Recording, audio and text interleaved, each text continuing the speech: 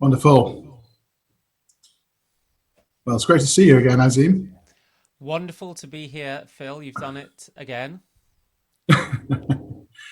Excellent. Yeah, I never thought we'd get over 1,100 people online. It's So incredible. here we go for the day.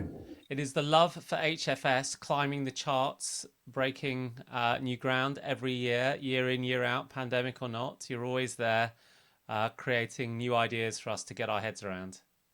Awesome. Thanks, Azeem. So perhaps you could explain to the audience a bit about Exponential View and yourself and why you spend your time putting out a really terrific selection of blogs and insights and things.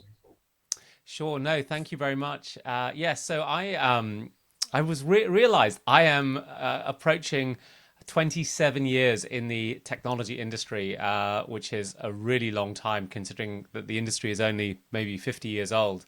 And I've had a career as a startup founder. Sold my last company about 6 years ago. As an investor, I've invested in Right. about 40 companies from consumer to enterprise.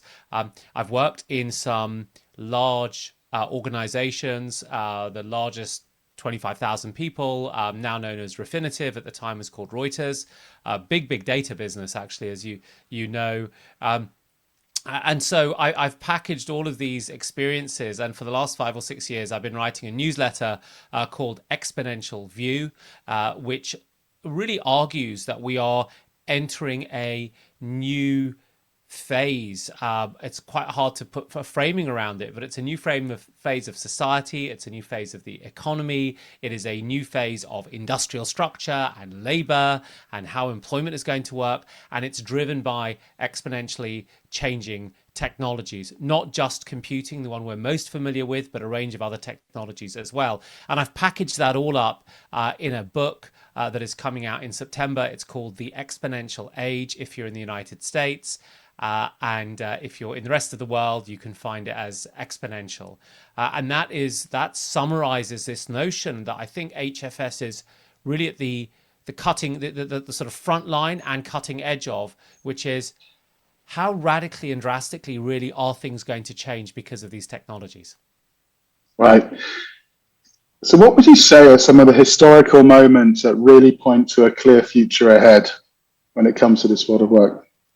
You know what we have to get to grips with. I think the first is that technologies take a long time to have an impact, and when they do have that impact, it's always quite far away from perhaps where we had expected. If you look at electricity, electricity arrived as a kind of motive force of power in industry at the late 19th century, and at that time, offices.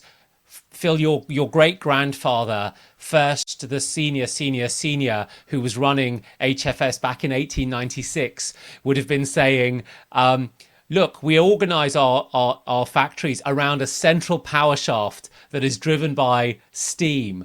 And we have these very, very big machines. But because we're going to deliver electricity and we can parcelize and packetize electricity into small amounts, we're going to put power in the hands of every single worker, and then we're going to have small hand tools they can use, and that will force us to rethink our industrial organization and the way in which we organize our production, and it will mean we'd need different types of workers, we'll have to pay them differently, and 20 years later electricity comes along, the modern wage bargain is in place, and yes, assembly has changed. So we know that kind of core technologies fundamentally change the way in which companies work. Your mythical great grandfather figured that out when he was running the first version of HFS at the turn of the 20th century, and we face the same issue here. The key thing about the change that we face is just the rapidity with which things are improving, and that's what is the hallmark of the exponential age. It is that yes, processors get twice as good every couple of years for the same price, but so to a bunch of other things. I mean, in your domain, UiPath was this tiny company that nobody knew about or cared about 6 years ago. And in the course of writing my book, it grew so fast, I had to keep rewriting the paragraph on UiPath as I updated its valuation and its number of customers and its number of employees.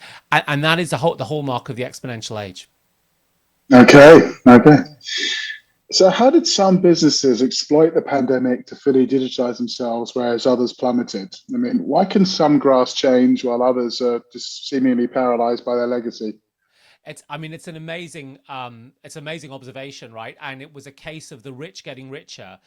Companies that had already invested in automation technologies, and as everybody on your call knows, automation technologies also means leadership that understands automation. It means new processes, new respect for data, helping to drive decisions. They were incredibly well positioned, and you saw Amazon, Netflix, Microsoft, all these companies go on huge hiring sprees as we moved into the pandemic, whereas companies that had not invested in automation largely didn't. Now, the way I look at this is it's really about this is the kind of key question around why do some companies get technology and others not get technology, and it comes back to those questions of legacy, of nervousness, of a sense that perhaps this change isn't going to come as quickly as it does. When I did the research for this book, the thing that really struck me was that the only way to get started was to get started. And you got into a virtuous cycle of leadership, of process discipline, of understanding how to work with vendors, of what process changes you needed to make internally. And that is what benefited the firms who did well. In other words, there's no quick way to go quickly in this except to start today or yesterday, ideally. Right.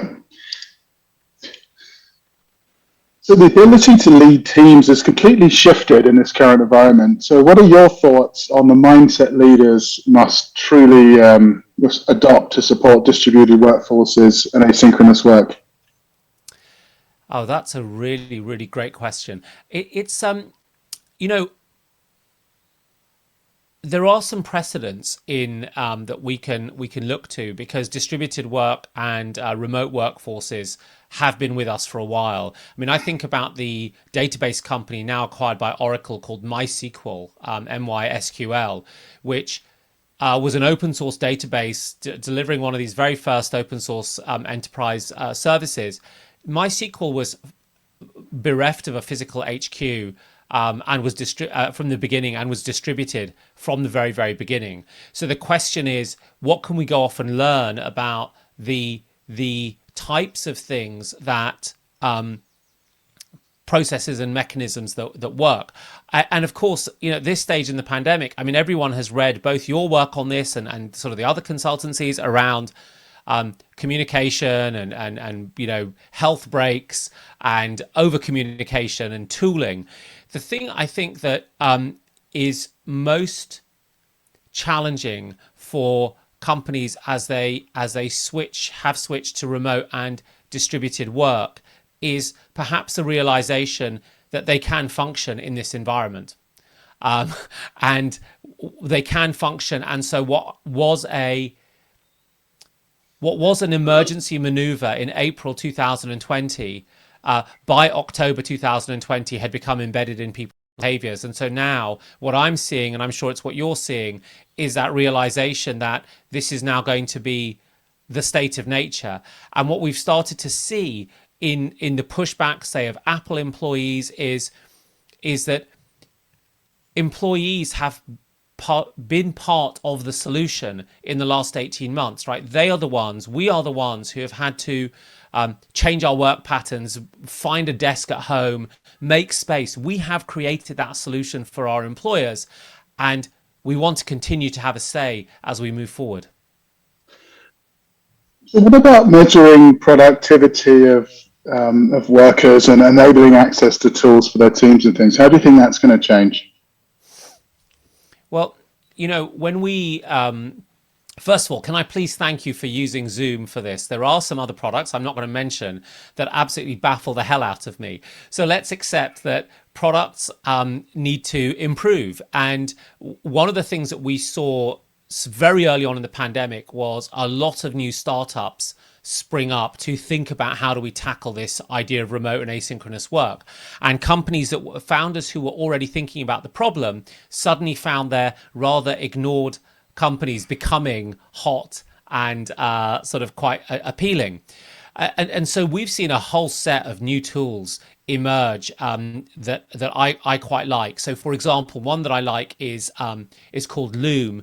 It allows me to take a short video of my screenshot while I annotate the presentation that I'm working on. And I send it to my team.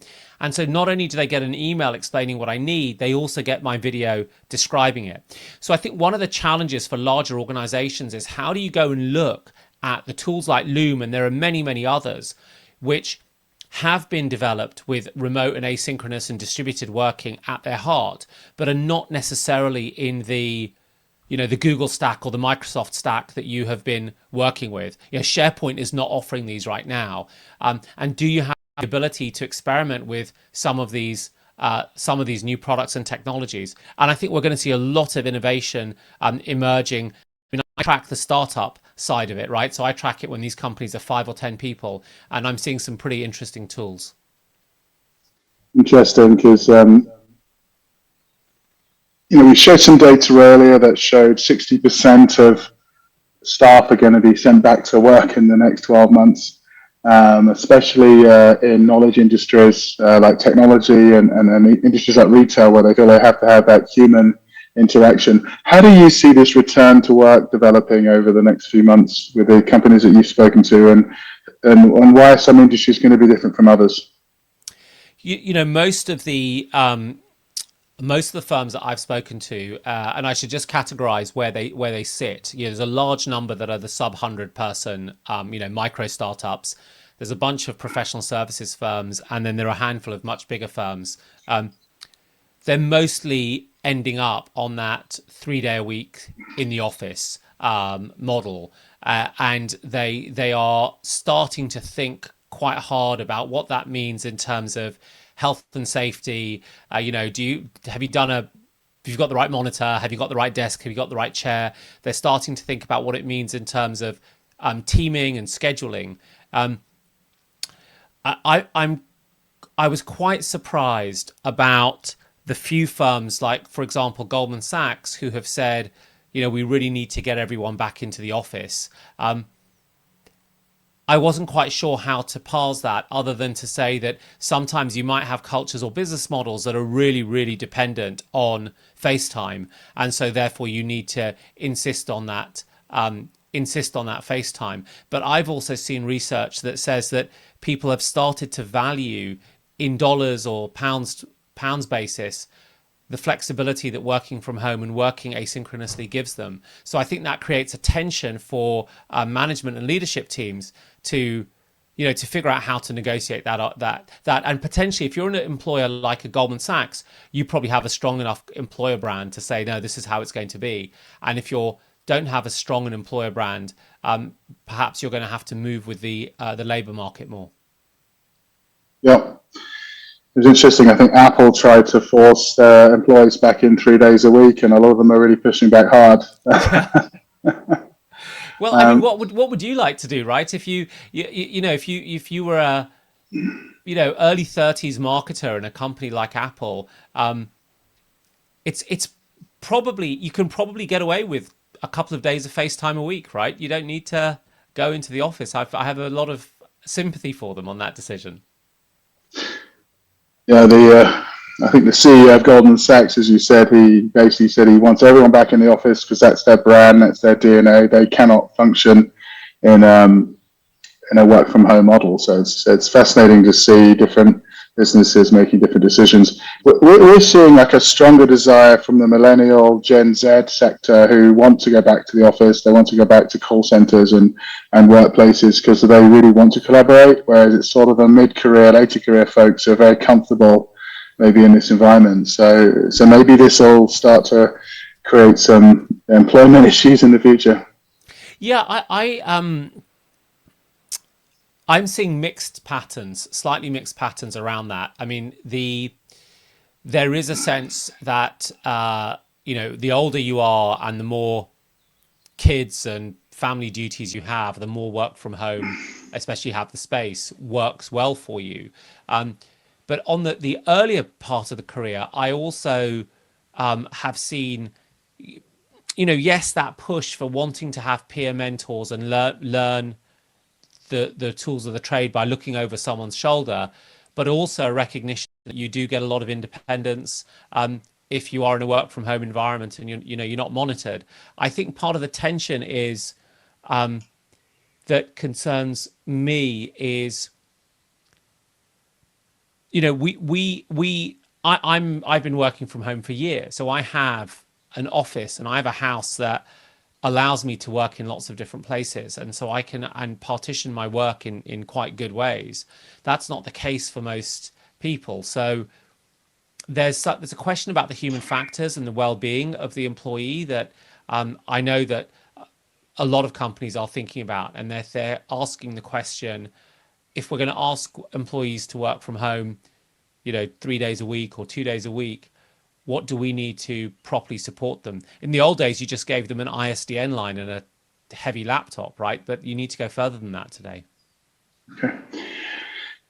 With you there. So as you look at the emergence of technologies, I know you've done a lot of work around AI and more recently with automation. As you look out now at the next couple of years, what technologies are going to dominate our businesses as they get back into this hybrid work rhythm? Well, I mean, look, AI is clearly the most important one, and we're still, we're 10 years in to that moment where the ImageNet contest was won by AlexNet. So we're sort of a decade into the current AI boom, which is it's quite a long time. It's also not a very long time.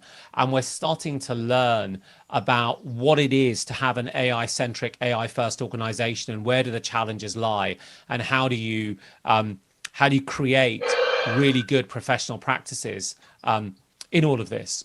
So within the AI domain, I'm expecting to see a more mature machine learning stack emerge in companies, so that data scientists can operationalize their systems much more seamlessly, so that you have things like feature stores and experimental platforms that allow these technologies to be distributed across the organization, that you also have built into them the kind of reliability engineering that we would expect for any other kind of application. So I don't think we're by any means out of the AI innovation sector. But what I would say is that, and I talk about this a lot in my book, is that AI and computation is really just the harbinger of a set of other technologies where we haven't really thought as hard about AI and automation. So for example, if you take a look at a company called Zymergen, which is in the materials space, what Zymergen does is it makes